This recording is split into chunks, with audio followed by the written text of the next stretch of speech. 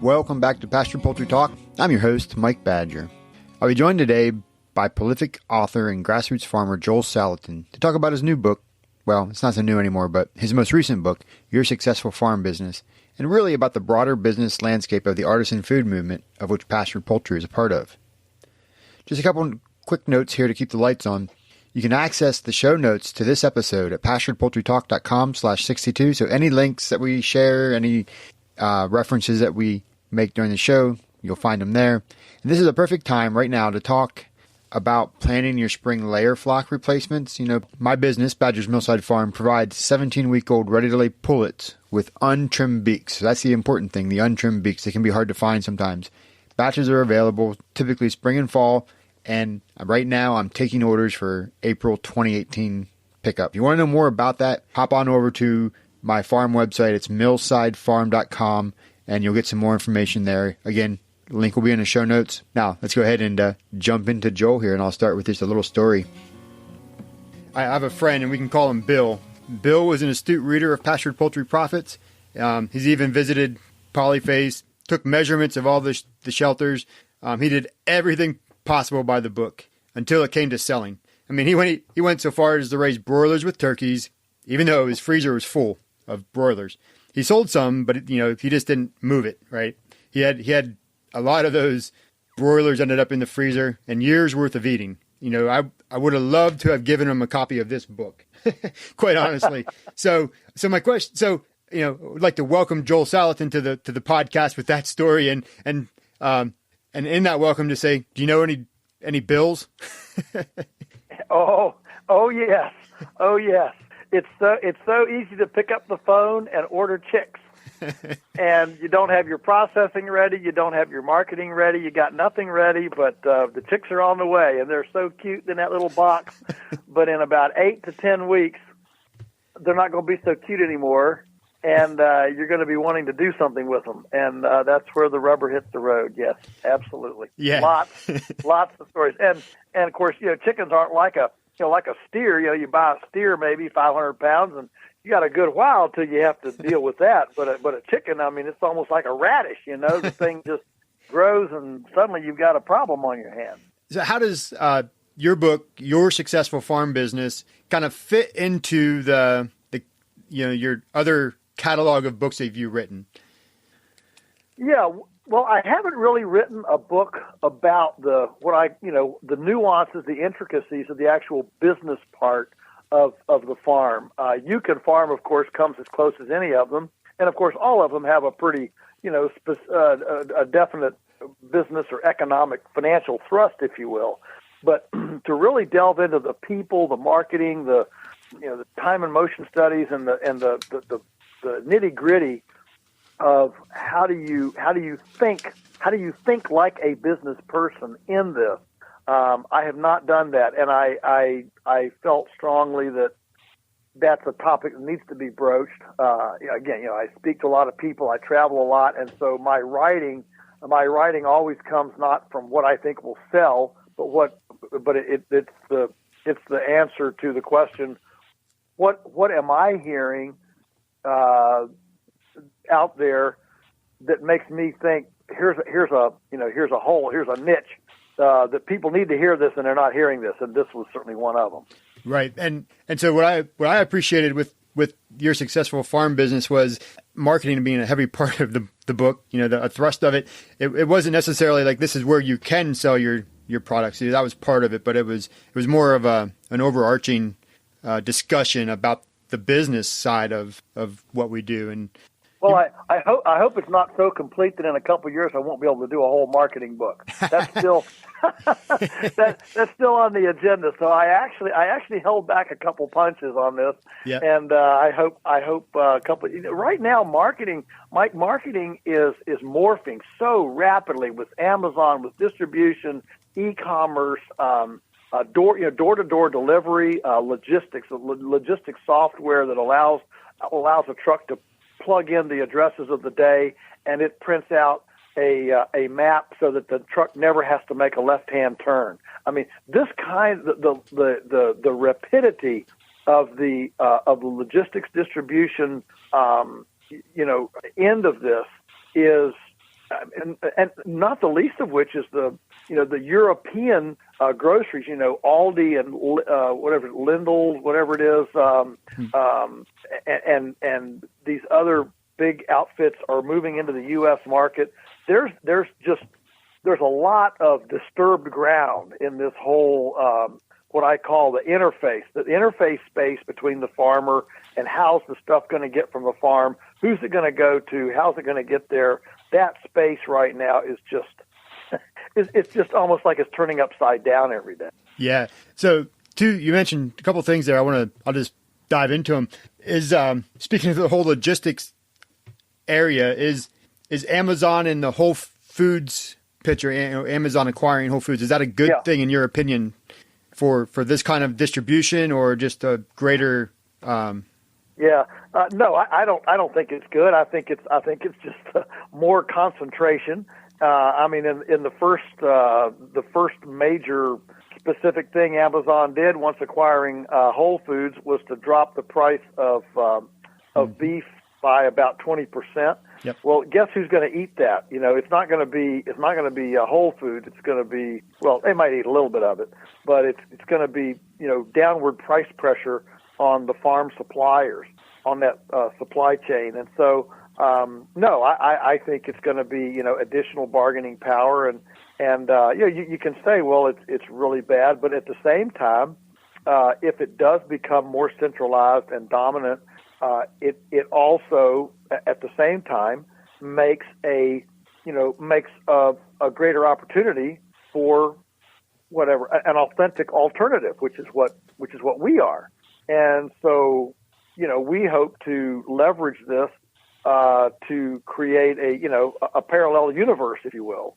And as people mistrust bigness, and bigger business creates bigger mistrust. Mm-hmm.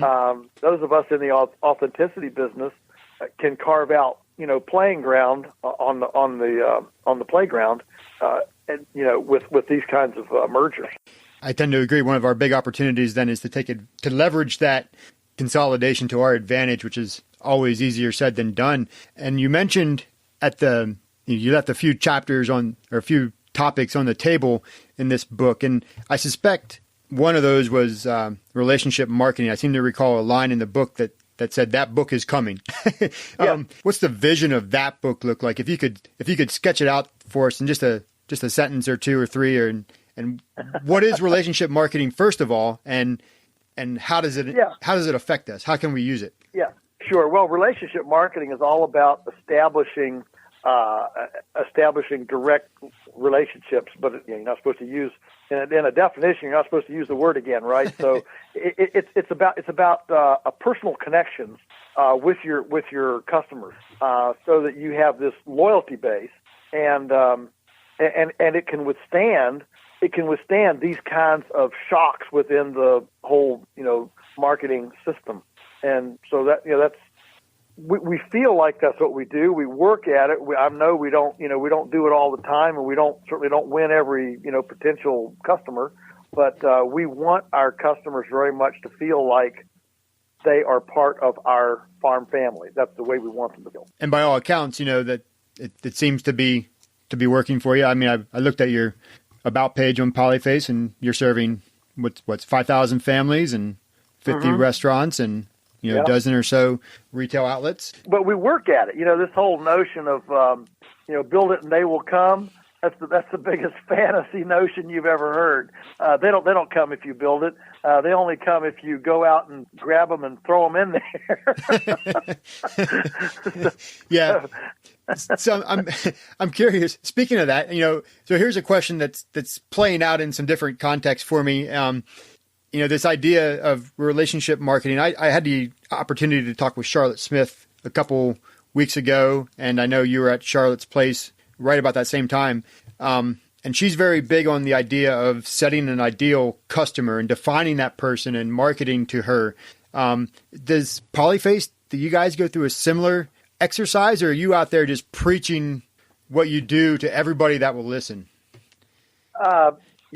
Charlotte is she has a real knack, and I would have to say we have not done it as specifically as she has, and she would quickly say, "Yep, see, you're not going to be as successful as you could be," and I would say, "Yep, guilty as charged." So, yeah, she was a challenge to us. Now we have for a long time articulated what makes a good customer for who are we looking for in a customer. A customer that loves seasonality, that loves their kitchen and getting unprocessed food, a customer that loves a relationship with their source, a customer who loves to make a larder for the unseasonal times. So taking the seasonal surplus and putting it by in a larder for lean times.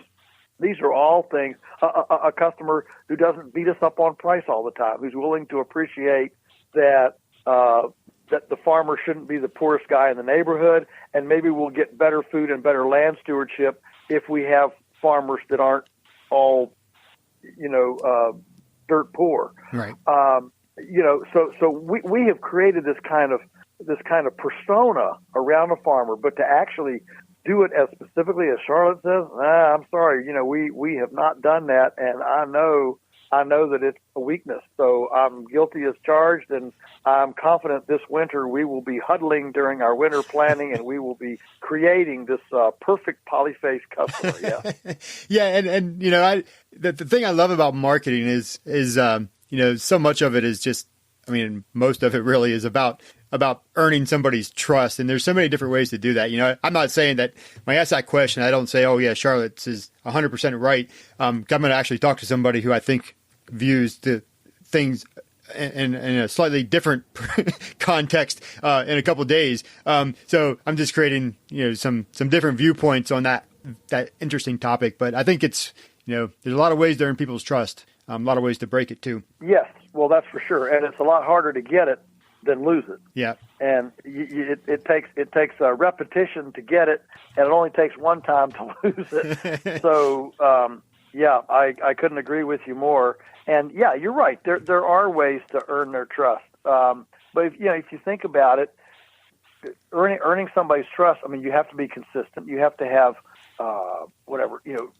conviction. You have to have stuff that you do and stuff that you don't do, and stuff that you won't do and stuff that you will do, and they have to be and you have to do that long enough and consistently enough that people understand here's a person with conviction.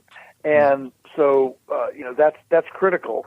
And then the next thing is you have to communicate. You can't just be a hermit curmudgeon farmer out here and you're sitting on your tractor and expect somebody to trust you if you don't communicate your problems, your dreams, your goals, your objectives, what you're trying to do, and then it takes time.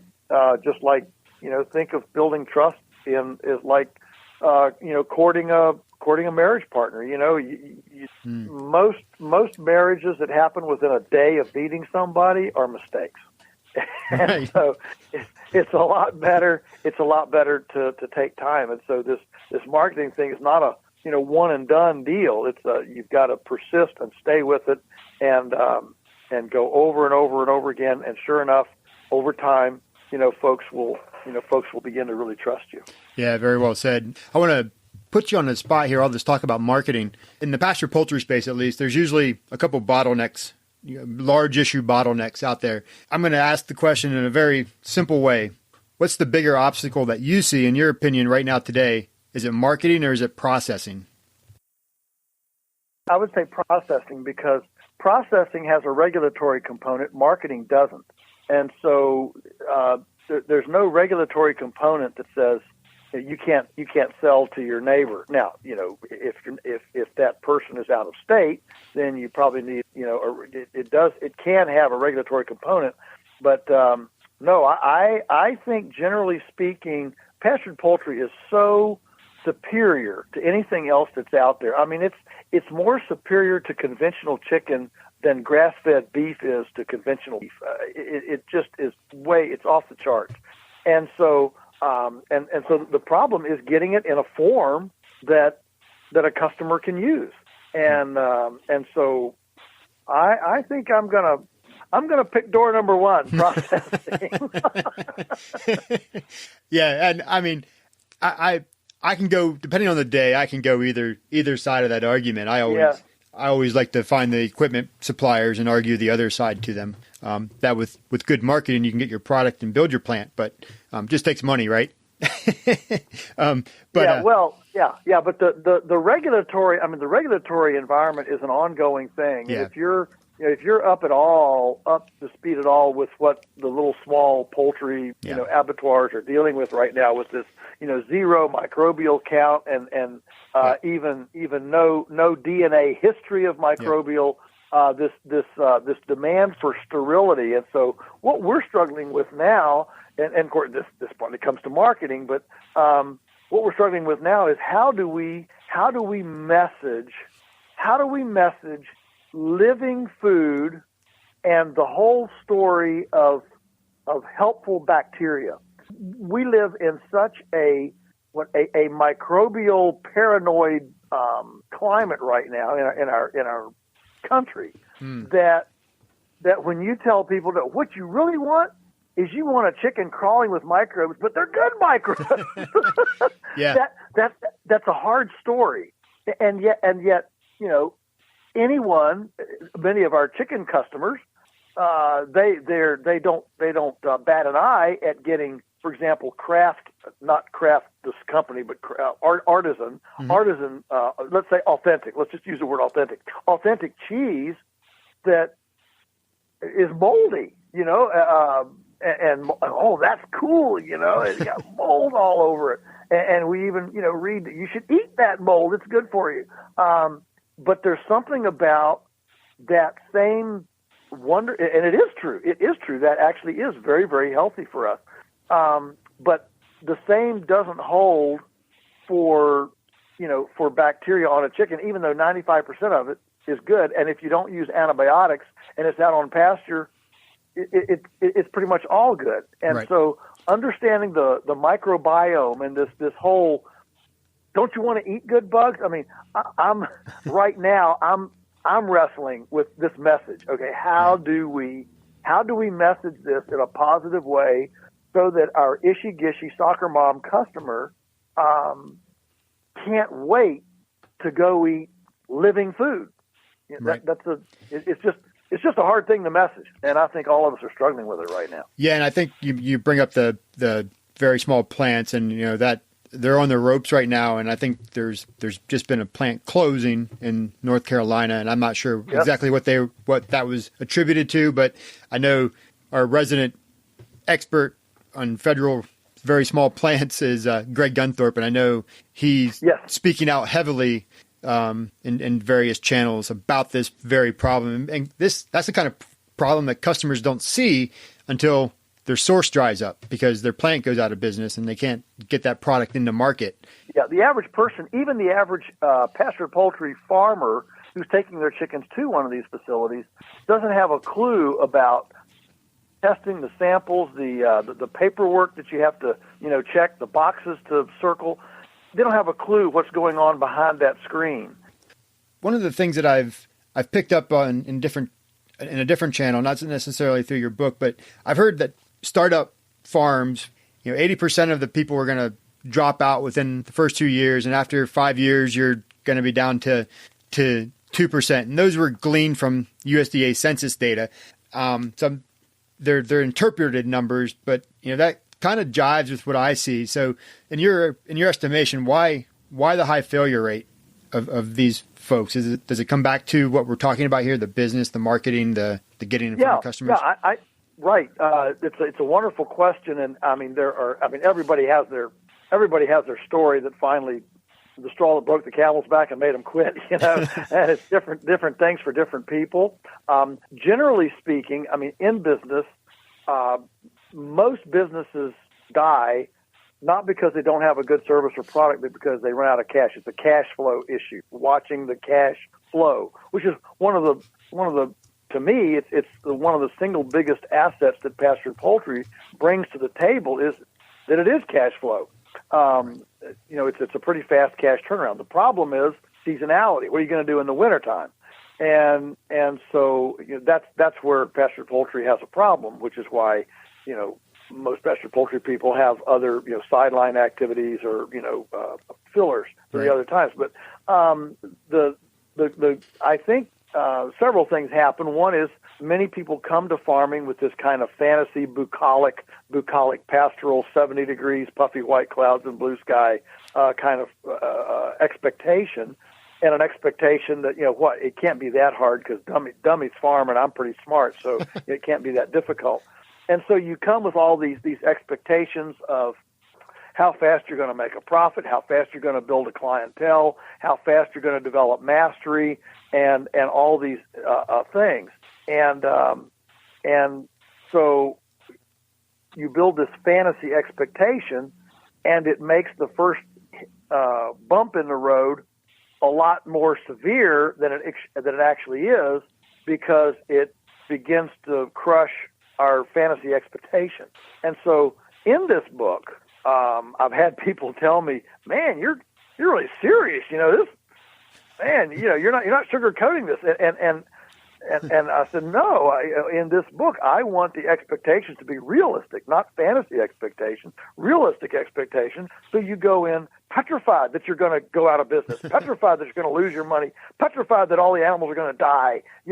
And if you go in, not that we want to go in petrified and fearful, but if you go in with a good heavy dose of that reality, it'll make that first bump in the road. Oh, okay, all right, that's fine. That's a bump in the road, cool, and we just keep driving rather than, oh no, everything is bad.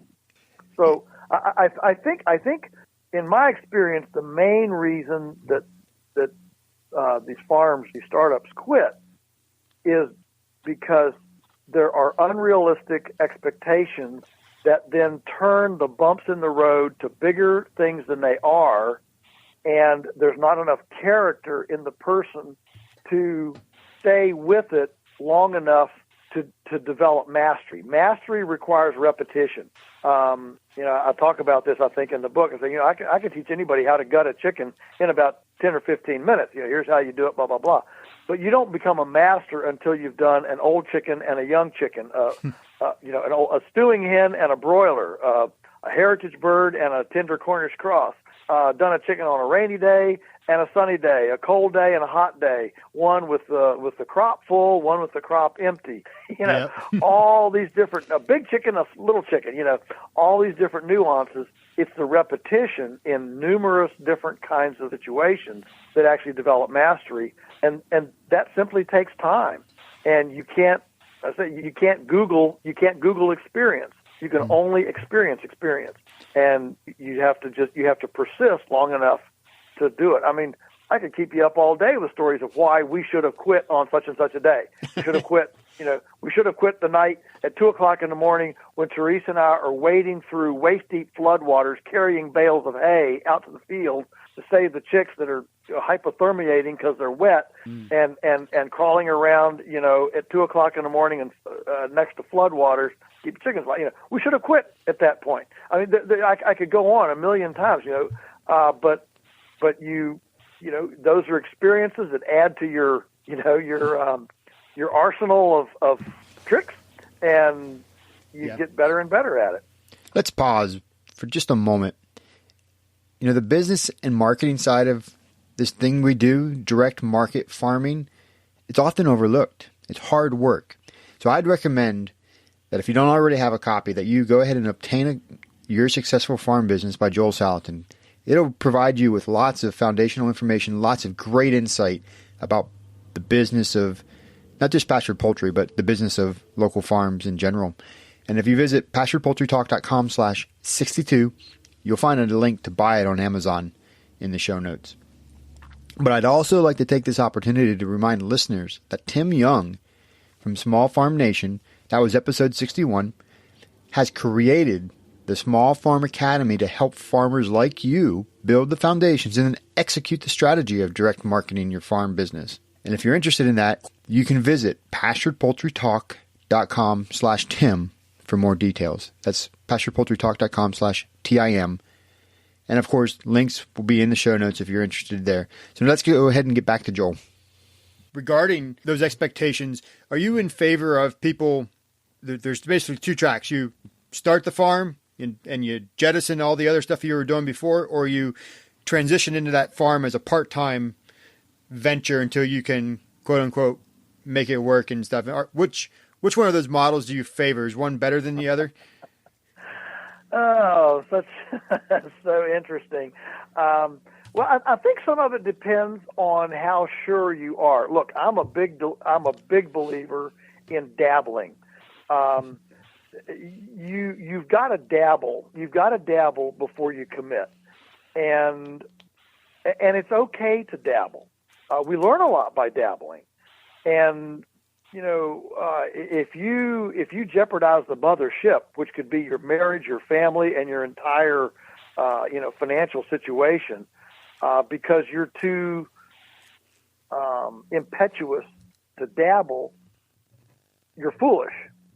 Now, that being said, once you are absolutely confident that this is what you want to do, yes, we've fooled around with a little bit, we've hobbied it or dabbled in it, this really floats my boat, this is the coolest thing since anything, then my advice is put together a 1-year nest egg where you can live on it for 1 year without any income. And once you have amassed, Dave Ramsey talks about the emergency fund. I think it's a 3-month or 6-month emergency fund. Right. So just call this a 1-year emergency fund, okay? Right. You put together a nest egg that will allow you to live for 1 year without any income, and then make your jump. I am a huge believer in making that jump, and because that's what Teresa and I did. It's my own story, and we didn't have a viable farm when I left my outside job at all. And every single person thought we were stupid. Everybody, our friends, everybody thought we were stupid.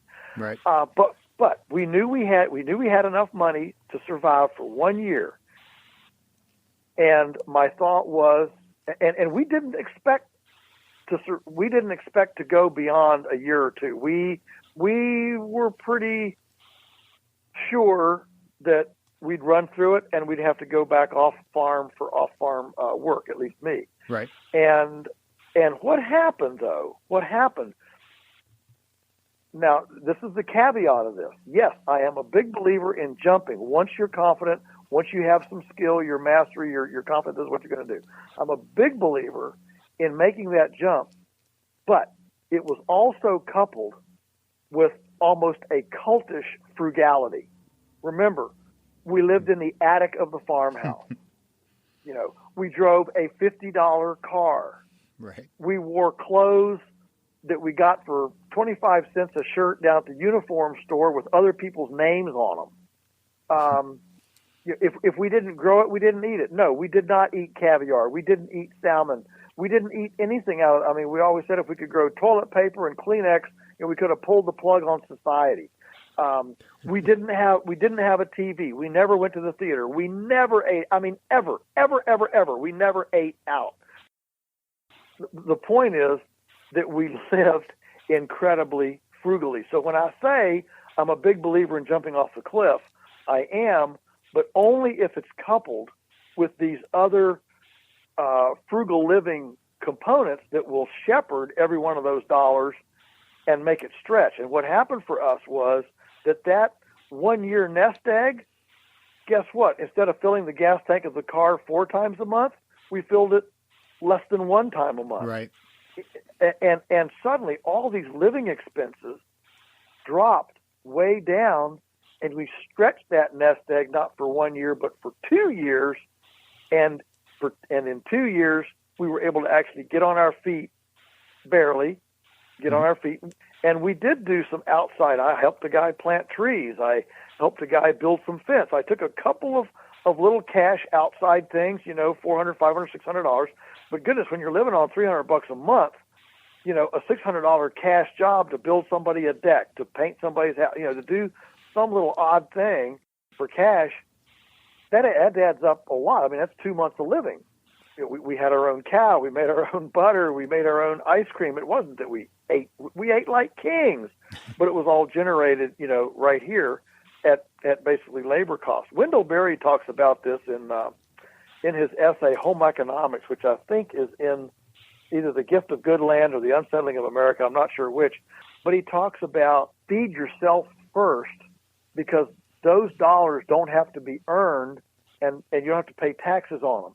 Every dollar you save is worth about $1.40 because you don't have to pay any taxes on it. Right. And what a lot of people don't understand is for more than half of our lives, for Teresa and I, more than half of our lives, we have been so far under the cash poverty line that we haven't paid any tax. Now we do, okay, now we do, and we don't like it, but my goodness, we have absolutely no desire to be, cash wealthy. Right.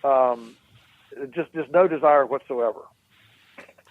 Speaking of the idea of having the frugal living expenses and picking up the cash jobs for a couple $100, one of the things I noted in your book, and it disturbed me quite honestly, was the notion that half of America doesn't have access to $400 in cash. How in the world do we overcome that?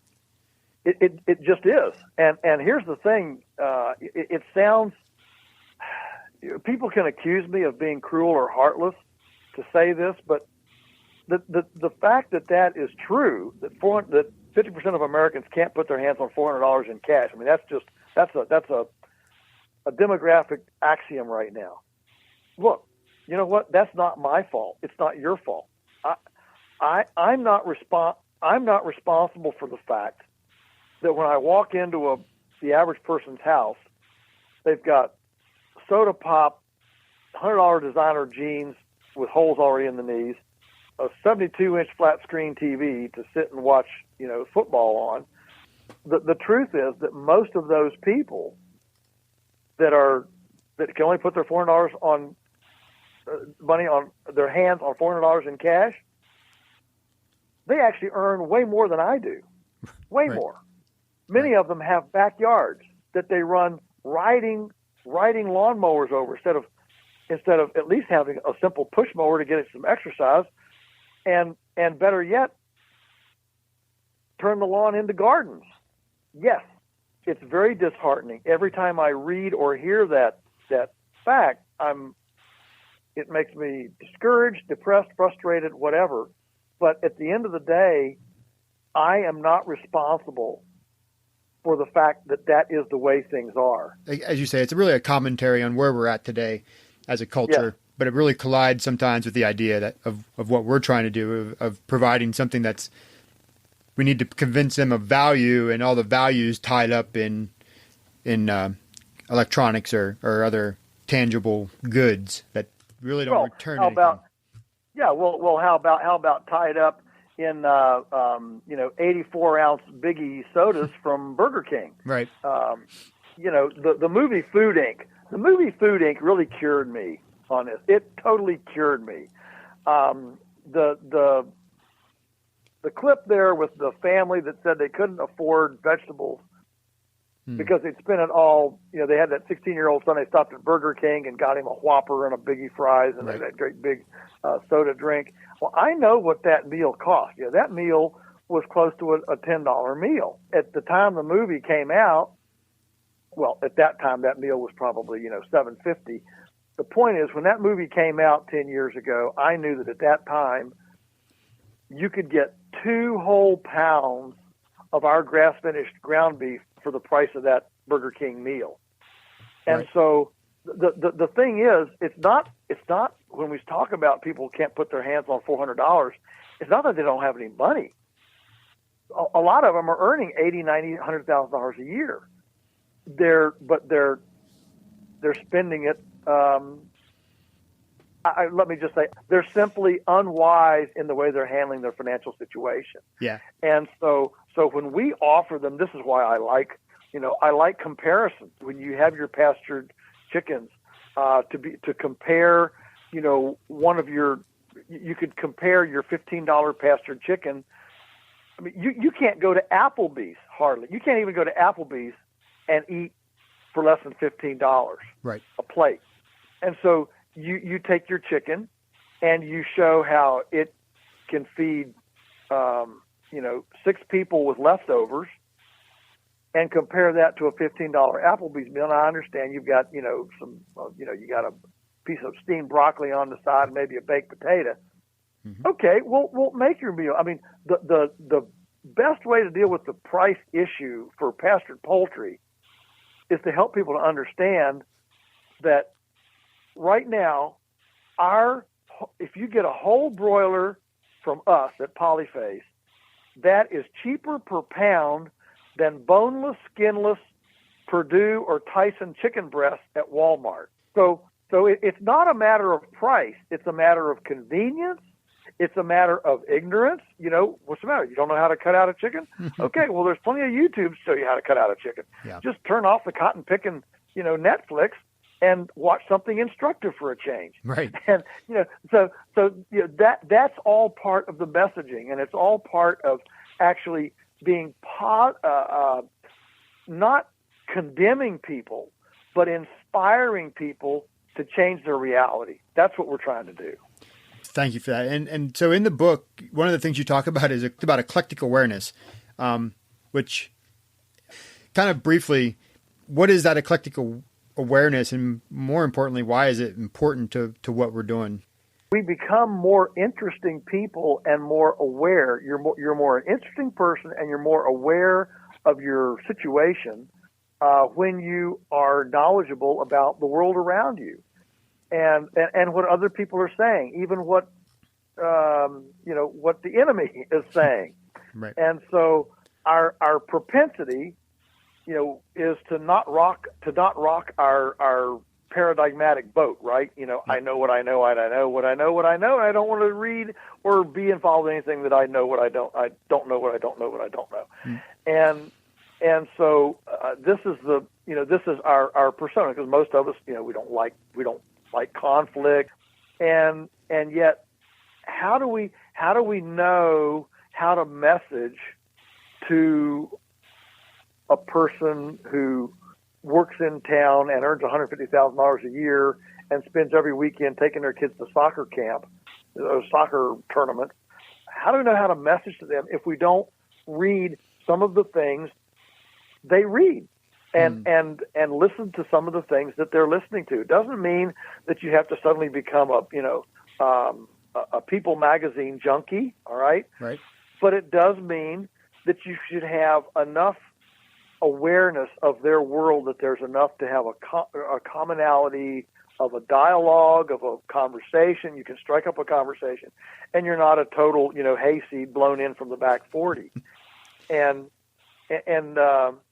So being able to discuss world events, political events, cultural events, movements, different ideologies, philosophies, this sort of thing makes us have more interesting conversations, but mainly it provides points of contact, points of commonality and understanding that we develop with people around us that we're trying to, frankly, convert to our way of thinking.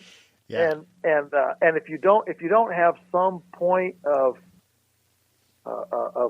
conversant commonality, it's really hard to develop a jumping off place. Yeah. Yep. I agree. I like it. I noticed a while ago here, I guess back in summer, end of summer, that Polyface picked up you're putting eggs into a local Wegmans. One of the things I highlighted in the book, supermarkets, especially chains, are the end of the food system. Instead of trying to figure out how to get food into them, try to get people out of them. And you went into Wegmans, and was that a surprise to you? Talk me through briefly that logistics. And I'm not, I'm just asking the question. I think it's great. More products, the more places, the better, right? So what happened was that we actually got contacted by Wegmans, and we had a gal here who was doing some marketing for us, and she took this on as her personal little project. and she punched through so for the first time now we have bar-coded egg cartons, and we actually don't know if it'll last, if it won't last. What we do know is that, look, if they're willing, if they're happy with paying our price, if they're within our distribution network, I mean, logistically, if we drive right by their front door every week anyway, right? It's stupid. Well, maybe that's too strong a word, but I feel like it's stupid not to go ahead and take advantage of a market. Now, if they were asking us to sell them at half price, that's a different story. Right. But if you have a knock on your door from somebody willing to meet you where you are and come to your price, why not go through that hoop? Now, if in a year they come and say, we really want to drop this 25 cents, that's going to be a different discussion. Right. But goodness, if they're willing to meet you where you are, why not develop another customer? And I'll tell you, they have been blown away by the response. They can't keep them in more than 2 days. Every week when we go on Thursdays, I guess it is, by Saturday they're all gone, and they're begging for more eggs. I mean, so we're actually adding 2,000 more layers next year, because it's not awesome. just them. We've got a few other Yep. other clients that are wanting to increase too. So we're making a big push to increase next year, and because right now they want 8 cases a week every single week, and if it continues to go like it's going, they're very interested in sausage and everything else. So, there's a business saying that says, "What got you here won't get what got you here won't get you there." Yeah. And so, while I'm in general not a friend of supermarkets, look, if somebody wants to be a different one and come knocking on our door and meet us, why not? Maybe they're the one aberration. Maybe there's one person involved in that organization that really gets it, that could be a great asset to us. Why not go through that door? Yep. And I appreciate squaring that up. Like I said, you kind of know at this point in time that stuff like that happens, and I think it would be very unwise to turn an opportunity like that down. And I don't want to be the fluffy interviewer all the time, Joel. So I just had to ask that question. But it's just I'm glad. Oh, that's great. That's great. In fact, you'll be amazed to know that I think within a week or so, our pork jerky is going to go on Amazon Prime. Oh, right on. Yeah. But it's a dehydrated, non-perishable, shelf-stable product. Yep. That has been used for millennia in as a travel snack. We don't feel like that's a big violation of our kind of a local idea to let something that's shelf-stable and has always been the travel companion go travel a little bit. Lots of things to be excited about all over the place, and yes. Of course, you're out there leading that charge. I'm gonna have to leave it there. Unfortunately, Joel, I gotta walk out the door, and otherwise, my kid will be calling me, or the school will be calling me. But I'll be like, "Yeah, I didn't forget him. I'm still coming." Yeah. Okay. Well, thank you very much, Mike. Thank you for your leadership and what you do, and it's always great to visit with you. All righty. Thank you, Joel. Always a pleasure talking to Joel. He's got great things to say. As always, thank you for listening. And if you enjoyed the show, please share this with your friends. Thank you.